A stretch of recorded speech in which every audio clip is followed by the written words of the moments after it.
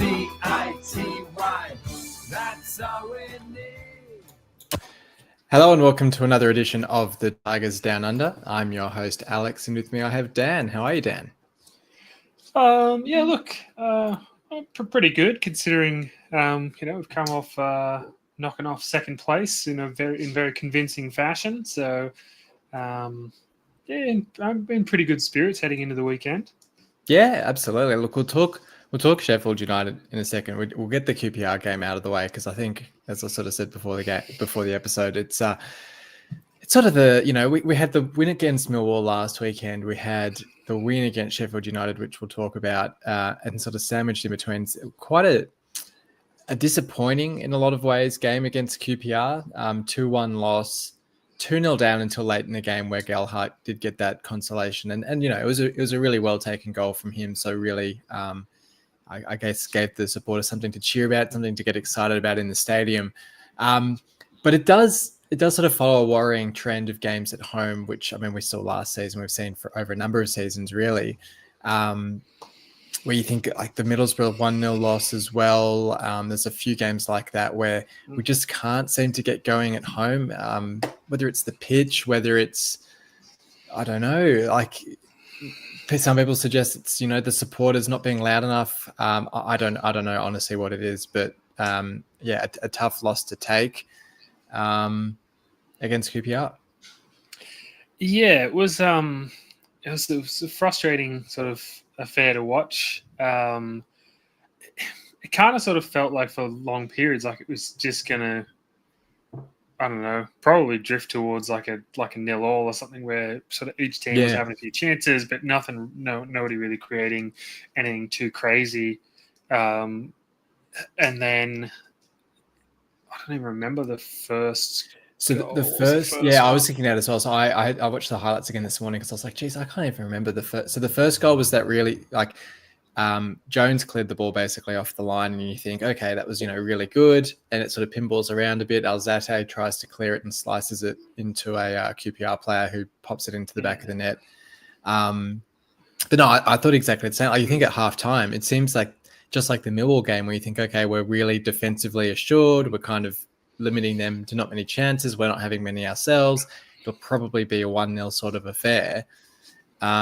And then the subs sort of made the difference for them. I think Cifuentes brought on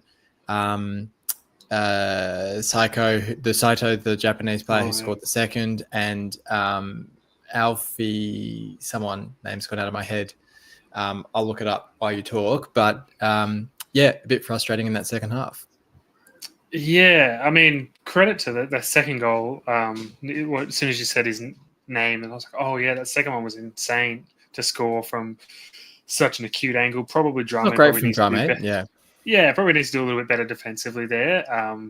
It seemed like he'd set it up really well. He'd shown him, sort of cut off his space and shown him right down to the byline, but then his positioning just wasn't quite right. He needed to probably be a step closer to the byline. Because he then let him walk through what seemed to be about, a foot-wide space. And then, I don't know, good finish, lucky finish. I don't know, it went in the net. So, and he was quite a handful once he came on, in the game. So it was frustrating. To cop those two, and I think cop them two really quickly as well, which sort of seems to be our thing as well. I think if it's just the one, I reckon we are able to then if we can settle and salvage something, then it's probably not too bad. But the copping that second one, I think, really deflated us a lot, and it was sort of a bit of luck and a bit of individual brilliance, really, that sort of gave us a glimmer of hope late in the game. From Gelhardt with as you said, really nice, well taken sort of lobbed volley thing to get us sort of back in the game, and we did push reasonably hard to finish off, but just it was a game where and it seems to be, as you say, those home games, we seem to really lack that clinical edge. And then when you compare QPR, and we're throwing away chances and we can't seem to get players in the right spots or get the shots on target or whatever, and then we the next game we go to Bramall Lane, and we just like the first bloody opportunity, bounces back off the Chef defender. Crooks comes in, smashes it top corner. Like where was this from players last week? So, yeah, and I was going to say, like, I do wonder if there's going to be an element now, and we'll talk Stoke later on, where we do have these new players now in the 11, Crooks being one of them, where you sort of think maybe whatever it is about the home form can kind of get reset a little bit with these players who don't have that sort of weight on their shoulders. I thought, talking about Crooks, I think at the end of this game against QPR, chasing that equaliser, there was a moment where Crooks held the ball up really well in their box and tried to lay it off to Gelhardt, who I thought rather softly. I don't think it was necessarily a foul, gave away a foul because, as seems to happen, if you even touch an opposition player in their box and they go down, you get a foul paid against you for, a shove or whatever it would be called. I didn't think the ref himself had a particularly good game, wasn't particularly poor, but I just thought there was a lot of those sorts of Tiki-Touchwood sort of fouls given both ways. But look, I think as you said, it's always tough when you concede the two goals one after the other. I think it was interesting with Gelhardt then getting the consolation that the crowd had definitely sort of died off after the 2-0, because I think we've just been so used to, especially earlier in the season under Volta, you kind of go 1 or 2 goals down and that's it. Like we don't really come back from that. But I think after that Leeds result with the 3-3, it did mean that when we scored that goal, there was a lot more belief that we could kind of push on and get another equaliser, and it didn't come. But I think I do sort of hope that means that the tide's turning a little bit with the home form. But I guess it remains to be seen. Yeah, look, I think it's hard on what has got to be the worst pitch in England. Just about it's atrocious. And it's tough as well because I think Cifuentes came out and actually commented, and like you don't often get opposition managers criticizing the pitch. So for him to not be even saying, "Oh, it's all right," it says it's pretty bad. Yeah, I think like when you watch it on the TV, and it's just like you can see like just huge clumps of turf like tearing up, and it's so bumpy and uneven, and just you're like, what? How can it possibly be in that state? So. Look, we've done a lot of good things. We've we replaced recruitment managers. We've done all this sort of stuff. So maybe next is the groundskeepers. Maybe we need new groundskeepers or something. But anyway, I mean, look, going forward, obviously it's something that needs to get addressed, and there was an attempt to address it over the off season, but hasn't worked out at all. So I guess it's back to the drawing board on the pitch. Hopefully we still have the receipts for that one. Who were your votes for this game? Oh, that is a very good question. I can give mine first if you need some time to think. What I might do is I'm going to go. I'll go 3 to Puerta, 2 to Gelhardt, and 1 to Rushworth. Even though I think he probably could have done better. I think it's a shame because he's gone, but like his distribution, like the speed of his distribution as well as the like accuracy was something that was really impressive in his couple of appearances for us. Yeah, nice one. I went for 3 for Alzate. I think probably pretty similar reasons as you going Puerta. Just both players looking really solid and assured in midfield. I think Alzate sort of continues to show. I still can't understand. I say it every week. I can't understand how 2 of our better signings in the summer were our free agent transfers after the window shut. And I don't understand why no one I understand with Pedro because he's, over the hill at 32, as we keep saying, and past it. I can understand him still being available post window, but I can't understand Alzate not having been snapped up a bit earlier, given his ability on the ball. And he's only, I think he's 25, 26, something like that. So he's still very much in his prime. And I thought he was terrific. Another who I slated after the Doncaster game, but I thought was terrific here was Vaughan. I thought in the first half looked really, really assured, had probably our best chance at the half, with a really nice sort of dribble through a couple of players to sting the palms of the keeper with a shot. And he's probably one of a couple who We're talking a little bit about transfer business. I really do hope gets a loan to, sort of a top end League One club potentially, because I think he'll really benefit from that regular game time. And I just think with the way the squad's starting to look, I don't even think he's going to be on the bench at all. So clearly Sayers rates him, but I think he's going to be best served heading out on loan. And then I went Gelhardt for the one vote, similar to you. I think with his goal looked really good. I thought he looked really good against Millwall as well. Yeah, sorry. I gotta just go for a second. I'm not sure what's going on. I'll just have to leave you on your own for. No, that's all good. All good. Sorry, I'll keep chatting. No, too easy. And so I went Gelhardt for the one vote for this game as well. I thought, his energy coming on against Millwall. Looking really assured in this game as well against QPR from the start. I think there was probably a lot of speculation or discussion when we were linked to him about whether he would be, a solid addition. I think he hasn't played too much for Leeds over the last year or two. Wasn't too impressive on loan out at Sunderland. I think he scored maybe 3 goals. But he's looked really good since he's come in. I think if there's the potential to make that a permanent move in the summer, I think it's one we should really explore. I think Sayers has basically said as much in his interviews.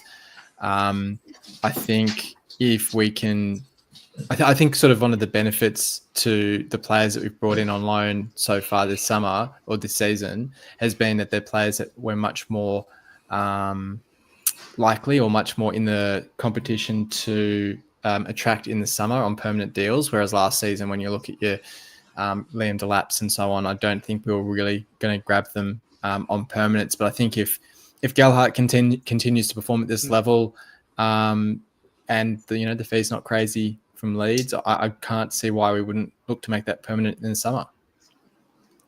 Look, I missed a lot of that, but that's all right. I was just talking about Gelhardt. Yeah, I think I think he started pretty well for us. Been a bright couple of goal. Did he get an assist against Sheffield? Good question. Well, I think he sort of did for the. Maybe not. I think he laid the ball off to Drame for the second, so I think it was like assisted the assist. Yeah, and maybe he assisted the assist for the first as well, because I think he was on that pass it to Kamara. Yeah, so there you go. He's involved in a lot of good play, and I think if he continues that and continues to have an impact and bags a few goals and a few assists in the second half of the season, then and as you say, if the price isn't too steep, then could be a nice bit of business to get a promising young player. I guess similar to what we've done with Joseph, grabbing him for a couple of mil or whatever it was from what was it, Blackpool or something? Blackpool, yeah. I mean, speaking of Joseph, so he came in from the start against Sheffield United. Panda back in goal with Rushworth recalled to Brighton, and Kamara and Crooks also in, with Pedro, Puerta and Vaughan dropping to the bench. I mean, I think it's probably the first game Pedro hasn't started in 2 months or something. So I'm sure he's probably happy for the rest. And it just shows like straight away how much more depth we suddenly have in the squad, that we can, afford to be bringing Pedro off the bench in that game. But hey, like we've already sort of touched on it. I mean, maybe the place to start, because I keep mulling it over, is this would be our most significant win since, I don't even know. Like, if you sort of take the league context out of it, obviously you'd probably say whatever game it was that won us the League One title was probably the last biggest win. But in terms of beating a top end championship club comprehensively on their home deck against the odds, when we're not even up in, obviously we beat Southampton last season, but being where we are in the table now, I just can't even think of maybe beating Leicester on the opening day of that Premier League season. Yeah, I don't know. But it certainly was an impressive performance, a much needed 3 points. And I think it's like sort of hard to go. Like, as much as that Leeds game gave us, obviously we took a lot of confidence out of that. We still have been a little bit up and down in results, but I think the performances have been getting better. But this was a really strong performance with a really strong result against a really strong side. So I can only you have to think that our confidence has got to be sky high going into what have we got, Stoke, into this next game. So yeah. Yeah. And, I think for me, I remember saying at the time in the chat that it was a bit nerve-wracking being only up the 1 goal heading into that second half, because you just always got the sense, I think, especially as that first half dragged on, that we were sort of not going into our shells, but we're definitely sitting back a lot more and giving them much more control of the game, trying to defend the lead. And it was starting to get the same sense as that Middlesbrough game that we ended up losing 1-0. And so the concern for me, at least, was that it seemed inevitable that they were going to score. Luckily, when they did, it was ruled out for offside. But the fact we were then able to add a second and a third goal to not only sort of seal the win, but it does wonders for our goal difference as well.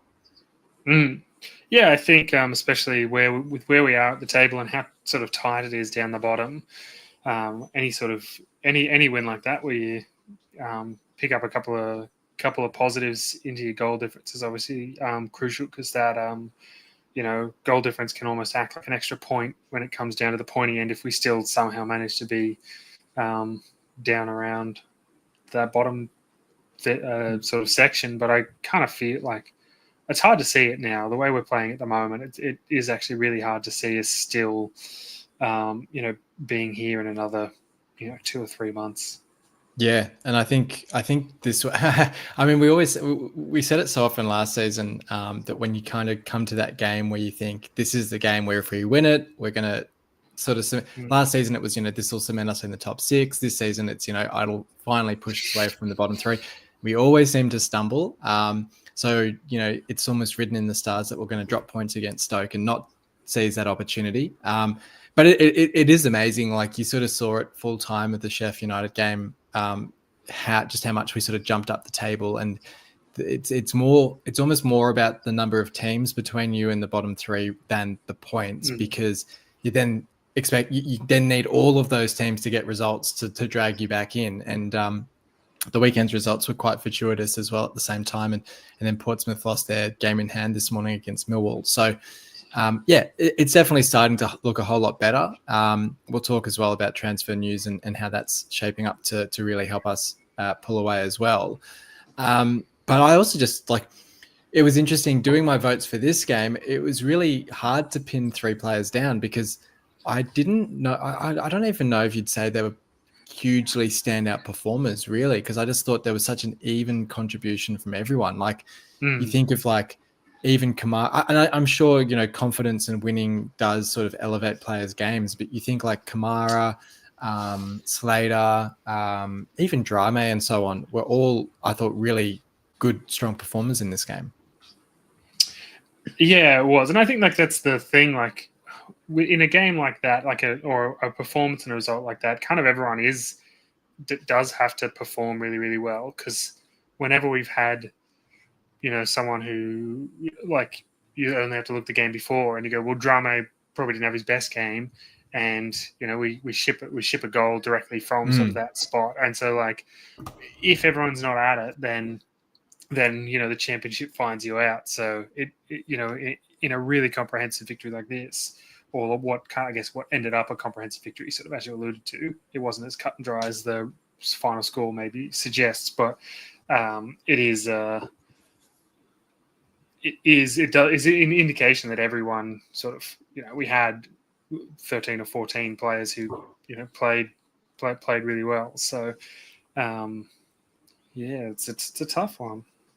Yeah, and I guess last word on the players. I thought Joseph on his debut up top didn't get a goal contribution in the end, but you can certainly see. I sort of imagine when Delap got injured last January and we were trying to find a player that could replace him, and we ended up getting Ohio, and everyone kind of said, oh, he's a similar-ish sort of player, and I was like, well, didn't really end up seeing the similarities. But with Joseph now, I'm like, you've got that sort of that strong, tall, but still quite pacey striker.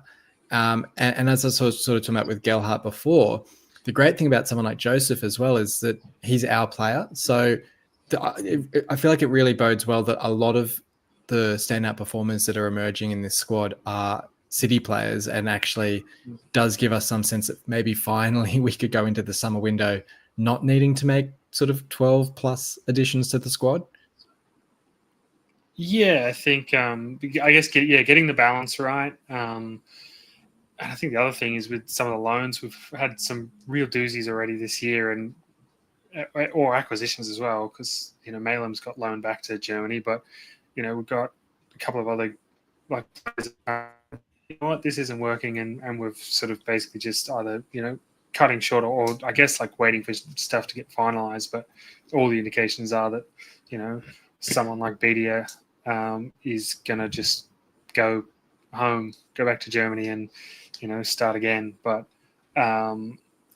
where I feel like, I guess it's different because we had like much higher profile, higher quality loans last year, but last season. But I don't know. It does. I think you got to get the balance right, as you say. Like, there's no. If you go and you loan in Carvalho, then unless you do get promoted, then you're slim to none of getting him back. It's sort of you've invested very heavily in the short term and left yourself sort of with this long term hole there still to fill. So you got to go and outlay again. And I'm sure Carvalho on loan last season was not cheap. Yeah, no doubt. What were your votes for this game? Oh, that's a good question as well. I was just trying to figure that out in my head while I rambled.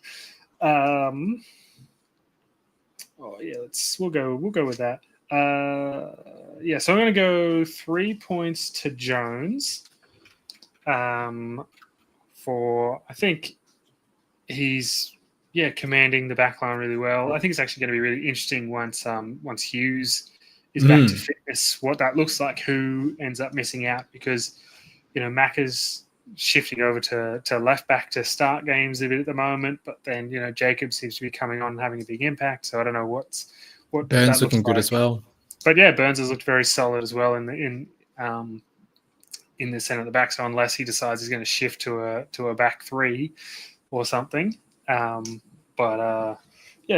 Jones for 3, Joseph for 2, as Silly was saying, a really solid debut without getting a goal involvement. But I thought, I was pretty impressed with him and his involvements, and a point to Panda as well.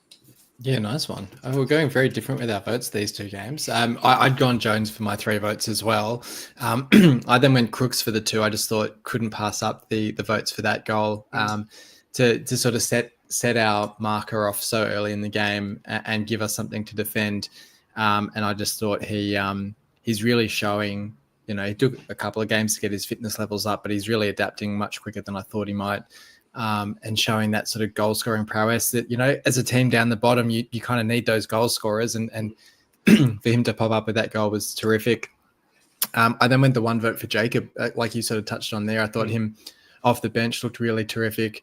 It sort of begs the question, and we'll talk transfers in a second, about, potential left back coming in, and you think, I don't know, like McLaughlin hasn't looked horrendous at left back when he's needed to. I think Jacob's reasonable there as well. For a club that's sort of spending a lot of money and sort of, deservedly so, because we've had holes in the squad to fill, I just sort of wonder if there's a potential to avoid spending money or filling another squad space. Hopefully maybe we can do it if Jacob sort of keeps coming on the way he has and developing the way he has under Sayas, then maybe that's the way we go. So I gave him the 1 vote in that one. All right, well, we'll talk transfers. So there has been a bit more activity since last week. So I think at that point we were still waiting on Enrique from Fenerbahce to sign, as well as Matazzo, who did come on in this game as well against Sheffield United, and looked pretty reasonable considering he probably only had 1 or 2 training sessions with us. So that was pretty good to see. Sort of all through the window, I think I've said a few times, like Louis Barry is one where I just back of my mind, like everyone kind of said, we're not going to get him. we're in the relegation zone. Like we can't do what we did last year. We're not going to get like your Philogines and your Carvalhos. But if part of me was just like, oh, we need a winger. Ajun has that relationship with Villa. Like it just seemed, it screamed like typical Ajun sort of like, pulling a rabbit out of his hat sort of signing. And it looks like it's happening. So, I think he's done his medical yesterday or today. With a view to a 6-month loan, but then open to a 12-month loan next season, which I think is really significant because we keep saying, that consistency in the squad. You don't want loan players to come in just to play for 6 months and then go back, sort of like Carvalho did. So if we could get him for another 12 months as well, I think that'd be really significant. But, all of a sudden, like our attacking option, you sort of kind of go, and like I was alluding to before with Vaughan, you kind of go, geez, you've got Burstow, you've got Vaughan, who I don't think are even getting in the squad at the moment. You've got Pedro, you've got Joseph, you've got Gelhardt, you've got Enrique, you've got, who am I forgetting? Kamara, of course. Like there's sort of overflowing with these, like, I guess wide options, but they can play central as well. But it's just for 3 positions in the starting 11, it's just we've suddenly kind of stacked with talent there. Crooks as well to play forward. Which, to be fair, like heading into the window, we were like, we really need to bolster that forward line, and it was getting worrying because, like, of course, the first couple of players we signed were midfielders again, and we're going, we've got enough of those. Yeah. But yeah, look, I think it's been pretty. Amrabat as well. Interesting. Oh, of course, the tank. Yeah, I actually really liked his like when he came on against QPR a little bit, and he just like he didn't really do that much, but he didn't take a backward step, and there was some nice strength, some nice moments, some just like hilarity I found just from watching him, but like tangles where he's like about twice as wide. It was like watching in the first half of that QPR game, like Vaughan going up against, might have been Jimmy Dunn or something like that, like this huge hulking back for QPR, and Vaughan's trying to like wrestle, and he's just like palming him away, and then Vaughan gave away a foul somehow. But anyway, and just watching the like physical mismatches that Amrabat was somehow was creating was quite comical in the last little bit of that game. But yeah, look, we've been very busy. I guess, like, I think one of the things is just like jumping back a little bit to talk about Jacob. Is, there's been lots of players that have been released, that have been, or like sold on or whatever. Like Jarvis, who I thought was someone, a young player who had potential to break through. We had did Fleming get recalled and then loaned somewhere else? Fleming's been recalled. I don't think he's gone out yet, which is kind of strange. I think he's still floating around. Yeah. And stuff like, obviously, and like Giles is gone. He never seemed to really. Yeah. Didn't seem to want to be here. Longman's gone to Wrexham. Longman's gone, and you go, well, all these guys are going, and left back is this big area that we apparently like need to fill. But Jacob's still there. I don't know, he's like young, but like if Fleming does move on, in whatever that looks like, because I think if he goes out again, it's just going to be about the end of his contract, probably. Yeah. That then suddenly our longest serving left back is like 21 or something, 20. But I think he's survived that through 3 or 4 managers now. He's been around the first team squad. So I think there's always something to be said about those young players who, it's the same thing you say about Slater, and everyone like wants to say he doesn't have enough quality, or he doesn't have this, or he doesn't have that. But you go, well, he's found himself into pushed himself into a starting 11 sort of spot through 4 or 5 managers now. So there's obviously something to be said about his qualities. And I think sort of Jacob's kind of showing the same. It seems we have left backs coming in and going out, and we had Callum Elder and we had all these guys, and they come and they show something and then they leave. But sort of the underlying current or whatever is that there's a Matty Jacob sitting in the background waiting for someone to get injured or to slip up that he can come in and take a chance. So I really hope he is one that does, continue to take those opportunities this season and really sort of, I guess, takes that step from that fringe player into that to a genuine first teamer. I think he's got all of the right attributes and capabilities, but in terms of then jump forward again to transfers, I thought Elliot Matazo had a reasonable sort of debut. He looked like he had only trained once or twice with the squad. Didn't sort of really look like he knew everyone and got all it. But I think showed enough. There's enough class there that I think in the coming games he'll be really handy. And I guess time will tell. Interested to see what happens with Enrique. I think was he one that's down on fitness as well. Yeah, well, yeah. So I think he hadn't played since November or something because of the Brazil season. But he just, it just screams like Ajun needing to sign a player from Fenerbahce, where I'm just I just don't see where he fits in, because you look at all the other players that we're bringing in, where I'm like, you've got Kamara, who's our player. You've potentially got Barry coming in. Well, sorry, you've got Barry coming in, who would likely be starting every week. You've also then got Gelhardt. I just kind of wonder if it's one of those, you sort of mentioned before, he's got this good relationship with Villa now with the Philogene stuff, and you go, is he just trying to maintain beyond his involvement with Fenerbahce on a personal level, but is he trying to maintain this sort of working personal relationship so that if we do get happen in the next couple of years or seasons or whatever to get promoted, then he's in a position to potentially actually go for some of their better play, they're better players instead of grabbing their squad rejects. Is he playing the long game, trying to butter them up by taking all their trash so that one day we take someone decent? Yeah, quite possibly. Who was the Turkish player that went to Real Madrid the other year? I forget what his name is now. He was the young prodigy where Ajun said if we'd Arda Gula? Yeah, I think that's it. That's it.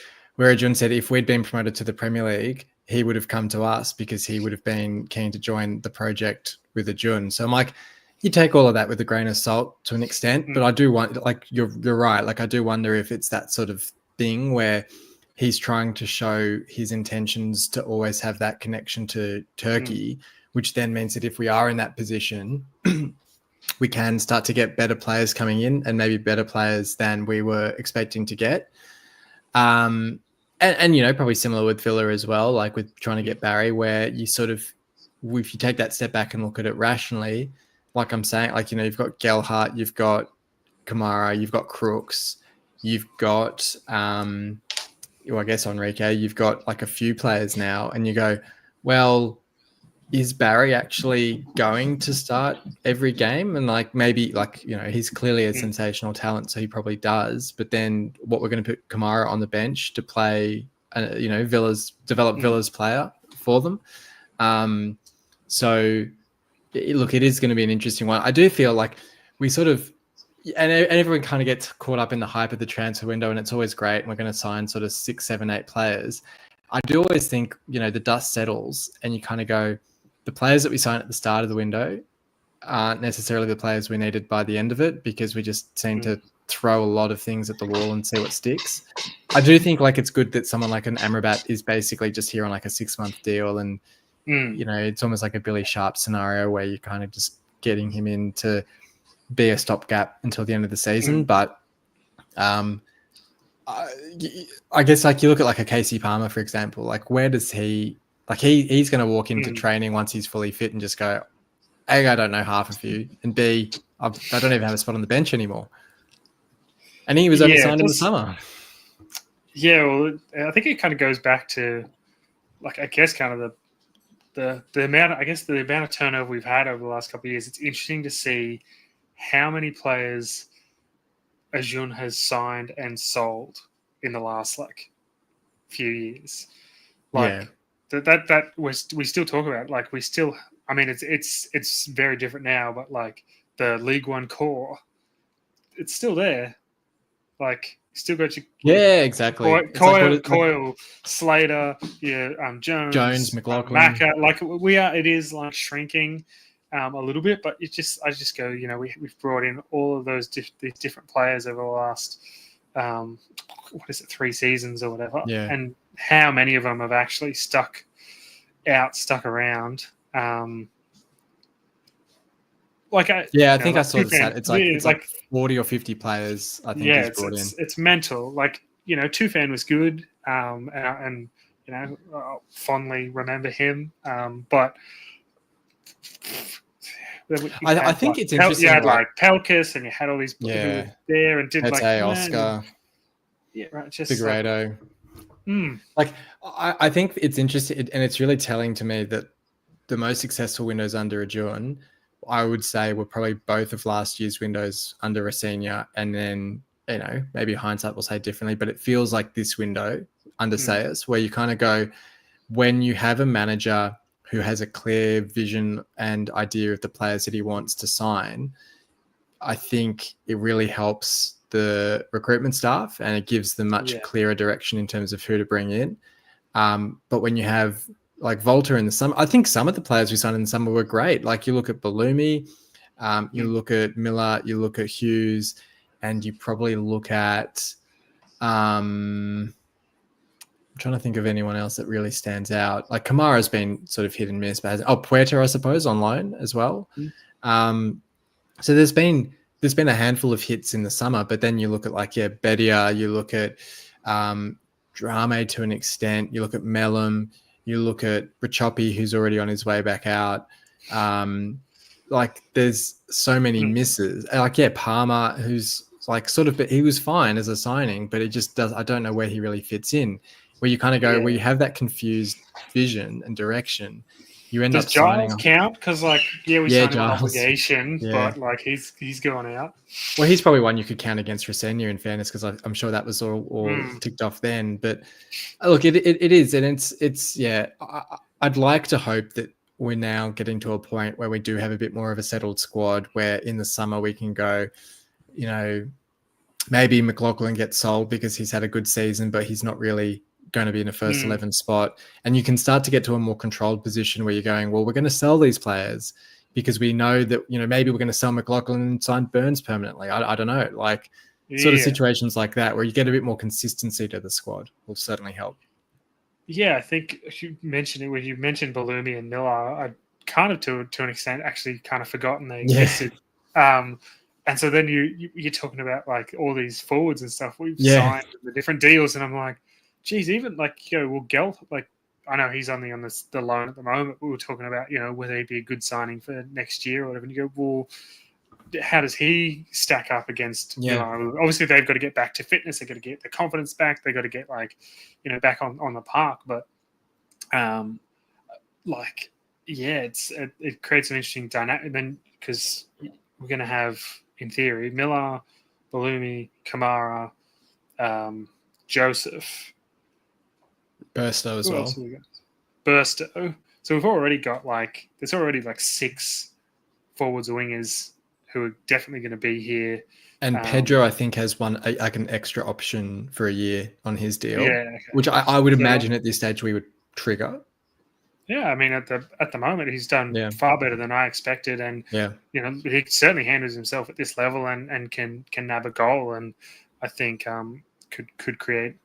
Again, you go, well, if you was getting the service, like if you had Miller, Balumi, getting balls in and whatever with Pedro late in the game or whatever, like after Joseph's run the defense ragged, then geez, could be pretty good. But I think the one that we've forgotten about is Omer, who I think, there's talk that he'll head off to Besiktas, I think was the club that was linked. So he's another one who could be on his way out. Of course, Cynic is out of contract in the summer, so he'll finally leave the club. How has he been allowed to run his contract out? Because he's always injured. No one signs him because he's injured. It's a footballing travesty. My Lord.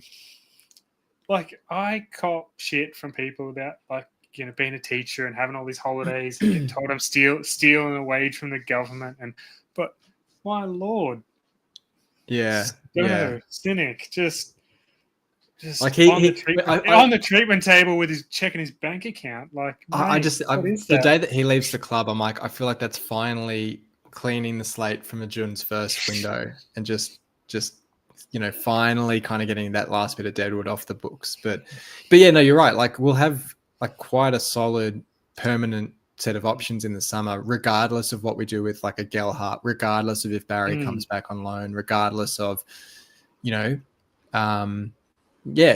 on how long Balumi and Miller take to get fit. I think, we're already feeling like we're in that position where it's not a case of needing to rush them back, which is good.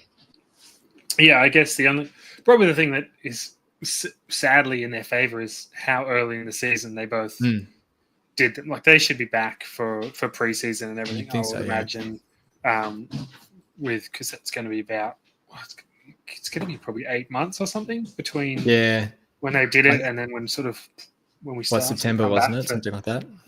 Yeah, so it might even be more than that. It might going to come back till like June or something, maybe preseason. So that'd be like 9 or 10 months, I think.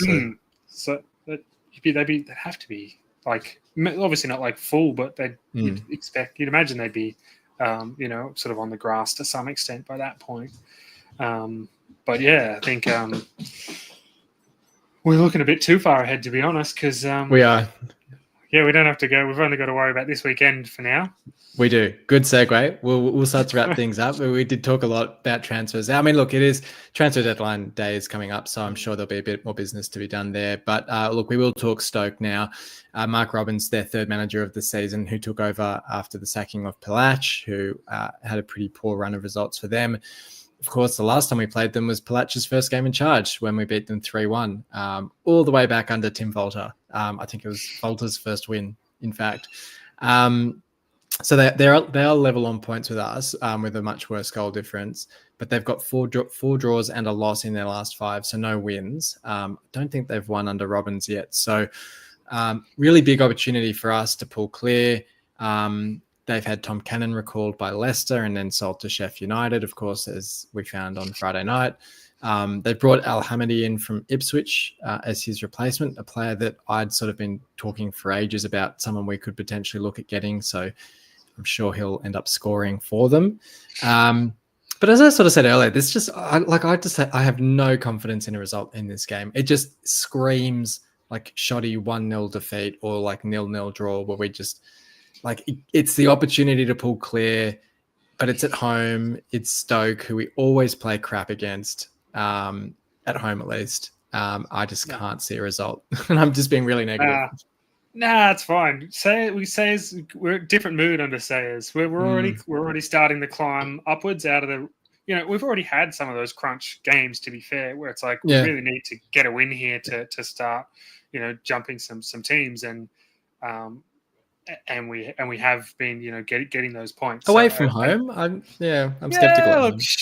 Albeit, sometimes, but like, you just don't worry about it. It's gonna be fine. I actually think that we'll go back to back for the football. Will be the first time under Sayers, I think. So I think we can get another win. We'll do the double over Stoke. I don't know if it'll be another. Another 3-1. Let's just do it. Let's just do it again.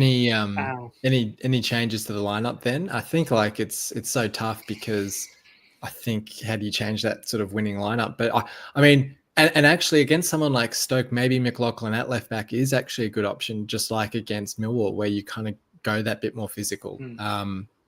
But whether it's, I guess, Puerta maybe coming in. I don't know. I can't think of too many other obvious changes.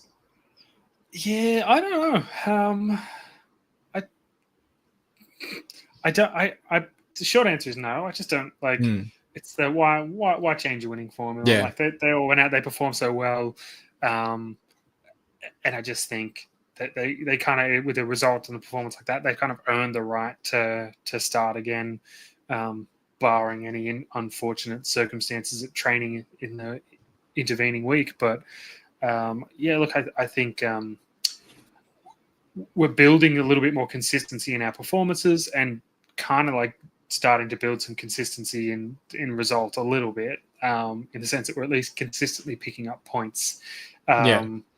Even if it's not every game, but it seems like, at least we're in a chance. Every game feels like there's a chance of us getting something out of it. Where, before Says came in, it didn't feel like that at all. It just felt like we were riding the avalanche to the bottom of the pile. It feels like we're sort of getting, call it 4 or 5 points every 3 games, which is pretty strong. Yeah, look, I think it's reasonable form. It should be enough to keep us out of the bottom 3. And as you say, if we can get the win here, it's another team that we can create clear distance between us and the bottom 3 by putting ourselves 3 points clear of Stoke and condemning them to staying a little bit close to relegation. Yeah, absolutely. Yeah, I sort of already said I'm gonna say a 1-0 win for Stoke, just because I'm just convinced that this is just the way that we do things, and then I'm sure we'll bounce back and get a good win in our next game. I did realise we've got no game after this because of the FA Cup break, so and Cardiff is still in action in that. So I think we've got something like 11 or 12 days. So in a way, that's a real positive, because it means whatever business we do at the end of the window, lets those players settle in, get a few good training sessions under Sayers, and then regardless of the result in this, it means we can kind of start fresh for that next game. So it'll be interesting in that sense as well, like just to sort of get a bit of a rest in for the squad and kind of get everyone, not quite like a mini preseason, but it's long enough that those new players can probably bed in a whole lot better with the rest of the squad. So I think that'll be really good to see as well. I don't know. Did you have any closing thoughts on that one? Up the Tigers. Yeah, up the Tigers. That sounds good. Well, thank you for joining me for this one, Dan. It covered all range of topics for this one. Yeah, that's all right. I'll be on again soon enough, I'm sure. Look, because I realized Mike has locked himself in for the next episode, and I think the next episode might actually be a flashback episode. So we'll see how we go for next week. See how up for that one he is, or I might have to end up flipping them, and he can do the Stoke review, and maybe we'll grab you for the flashback. We'll see what the mood takes for people. But thank you for joining me for this one, and thank you everyone for listening in. Until next time,